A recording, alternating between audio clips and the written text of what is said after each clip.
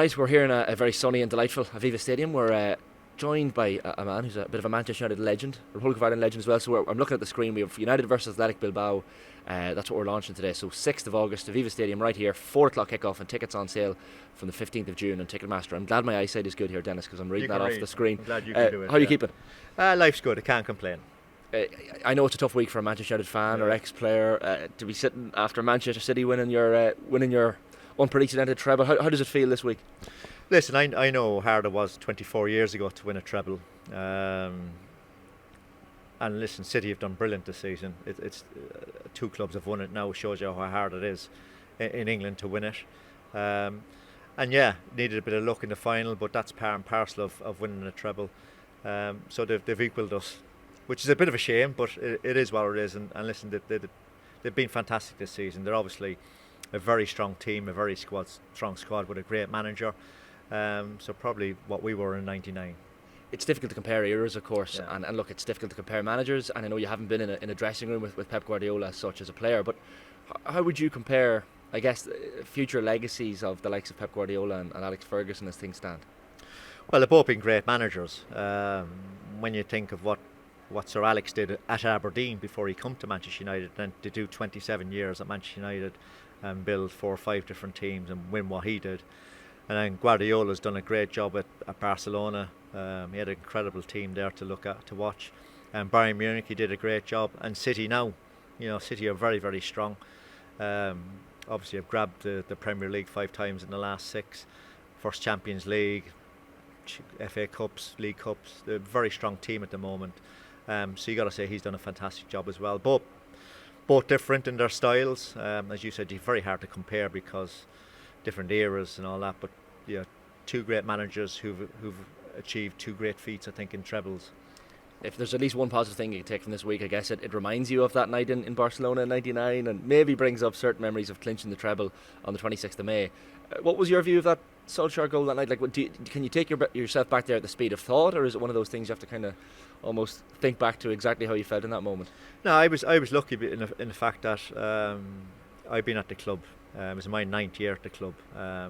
I was 33. I was able to take it in a bit more than my first season at the club when we beat Barcelona in the Winners' Cup in Rotterdam, and that kind of just went over me because I was obviously very young. And you did a Jack Grealish on it that time. Yeah, I didn't quite do that, but it went over very, very. And if I did, nobody'd know because there was no phones anyway. But no, it went past so quick. So I tried to take as much in as possible. But what I do know is that we had a great desire to win matches and go right to the end. Great, we were very resolute. We were hard to beat. We'd always keep going. Not very much what the manager wanted, and in the end, it got us there. A little bit of luck in the final. I think, to be fair to say, City had a little bit of luck in the final as well. But that's the way it goes. You need that sometimes. But great memories from 24 years ago. It really was. It's one of those things that Roy Keane has often spoke about, sharing a room with yourself at club level and international level. And there was a great quote where he spoke recently. He said, "Look, Dennis was a great guy. He was annoying. He was annoying in the room because he was always watching golf or whatever." What was Roy? What word would you use, I guess, to describe Roy Keane as a roommate? Roy was brilliant because obviously I was the senior partner in that room, so I got away with a lot more than him. But Roy would have watched Coronation Street, I know, I'd say, more than anything else. And a bit of golf, nothing wrong with a bit of golf. And I used to read and let him get on with things as well. Now we obviously from the same city. We got on well together. It was an era where I suppose there was no Xboxes, there was no Netflix or anything like that, and you used to hang around and stay with people's play quizzes at dinners and things like that. A lot more camaraderie, a lot more togetherness, I feel, anyway. So it was a great time to be a footballer. Do you feel more appreciated as a footballer now than maybe you were at the time? Because I know you were obviously appreciated back then. I remember being at your 500th appearance, I think it was, for United. It was Paddy's Day 2001 against Leicester. I remember being at Old Trafford that day and think, this is amazing. To have an Irish player who's made this number of appearances. You regularly appear now in all-time 11s for both club and country. So do you feel like maybe now you're more appreciated as opposed to how you were during your career? I think when I played, I was in a bit of a bubble. I just wanted to do the very best I could for the amount of years I played. So you kind of block out a lot of noises and just get on with it. And I think it's only when you come away from that and And particularly these days now, they have so many polls and different things going on that obviously my name keeps getting resurfaced and all that, which is brilliant because and fans come up to you even whether you're abroad, even on holiday, and so thanks for the memories and all that. But when I look back on it, it was a great time to be not just a Manchester United player. I was a Wolves player growing up. To finish 2 years with them, and also to have like 9 or 10 great years with Ireland as well. It was a great time to be a footballer from my point of view. I didn't see it as a job. I had great people around me, players. We had good fun under great managers, and it was just a great time. But it's good to look back on it now. I was not one for watching matches for years and years. But obviously there's that many matches come on now, you're kind of forced to watch it. But yeah, I probably appreciate it now 20 years down the line than I did when I played. But that's probably my fault as well. But then you scored some absolute screamers, at club level as well as country. And even the free kicks and penalties. You don't see fullbacks that often anymore who are designated set piece takers. Were free kicks and penalties just naturally a part of your development and practice growing up? I think free kicks are kind of a natural thing. I think you've either got it or you haven't got it in trying to get a ball up and over a wall. So I was always kind of taking free kicks. Penalties was a different kettle of fish. I joined the club in 1990 and Steve Bruce took penalties, centre half, which is unusual as well. He was really good at penalties. And then Eric, Mr. Cantona came in and he took over. And then Eric left in 97 and we signed Teddy. And Teddy missed his first 3 penalties, one of them being down at White Hart Lane as well.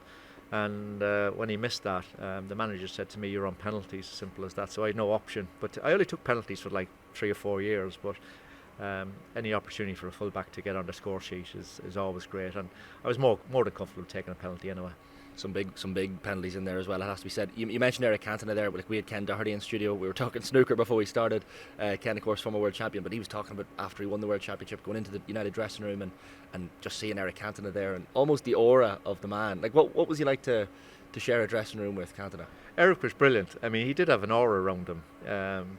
He suited the Premier League in the 90s. He was like 6'2", solid, could play centre forward.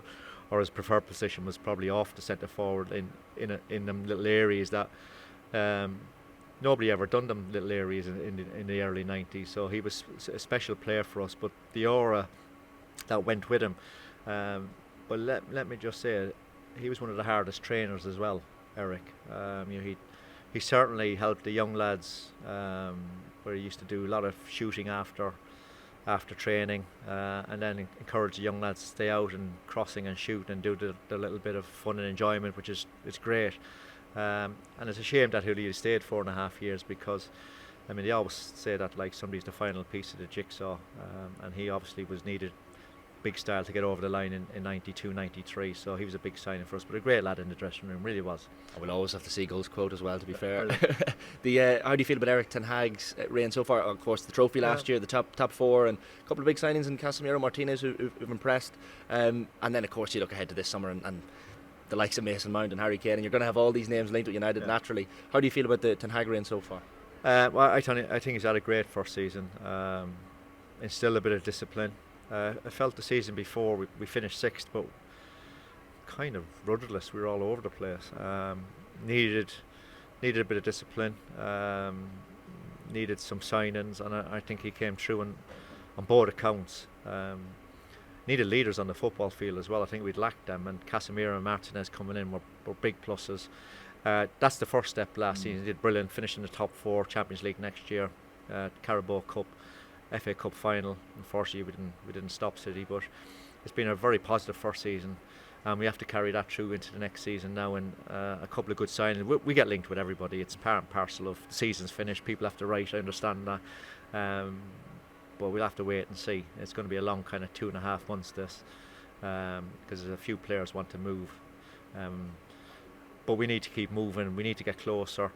We've not challenged for the Premier League for since Sir Alex left. So we need to start looking at that, and got to be very competitive this year. Obviously, City are up there to be got at, but you look at what you would think Chelsea and Spurs would be a lot better this year with new managers. You would think Newcastle would keep improving. You would think Liverpool would come back even stronger. Ourselves, Arsenal have were unbelievable last season. So it's a very competitive Premier League, and that's all the better, because it's the most watched league in the world. It's the most entertaining league in the world, and everybody loves it. I mentioned Kane there. I guess we should talk, given it's the week of the Greece game as well this Friday for the Republic of Ireland, about our own man, and not to get the hype train going too much, but Evan Ferguson. Yeah. And look, there are these constant links. We had John O'Shea on a roadshow with us recently, and he was suggesting he might potentially break Robbie Keane's goal scoring record at senior international level, which is a big thing to say. Where do you think Evan Ferguson can go? What's the ceiling for him? Well, Shazy knows him, because Shazy's involved a bit more, and if he's saying that, that means we've got a hell of a centre forward on our hands, because Robbie Keane was a brilliant player. It's an area we've been lacking for a number of years now. A lot of our goals have come from centre halves and from set pieces. Great at it. He's at a really good club. He's learning the trade there, not just in goal scoring, but the way he links up as well. I think the manager at Brighton encourages as much football to be played as possible in a different kind of style. But yeah, he's going to be under so much pressure as a young lad here, particularly here for Ireland. In Brighton, I think he'd be fine, but with Ireland, he's the one that we've been waiting for, and got a couple of big games ahead of us now, and let's hope that he scores. But very high praise from Shazy, because he's seen a lot of good centre forwards, and Robbie Keane was a great centre forward.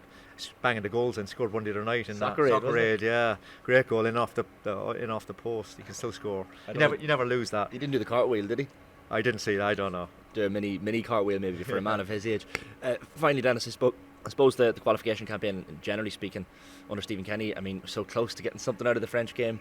The two games against Greece are, of course, the big ones.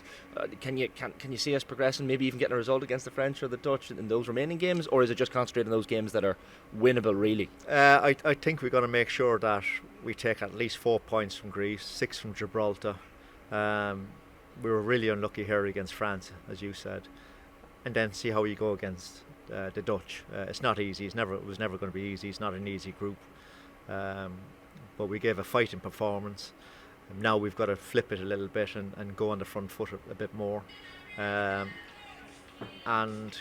make sure that we don't lose against Greece coming up, and B, that when we got them at home, we have to make sure we win, and then see where we are from there. Because I think, listen, I know the top two qualify automatically. I think there might be a chance of finishing third and going in the playoff, but we'll see on that.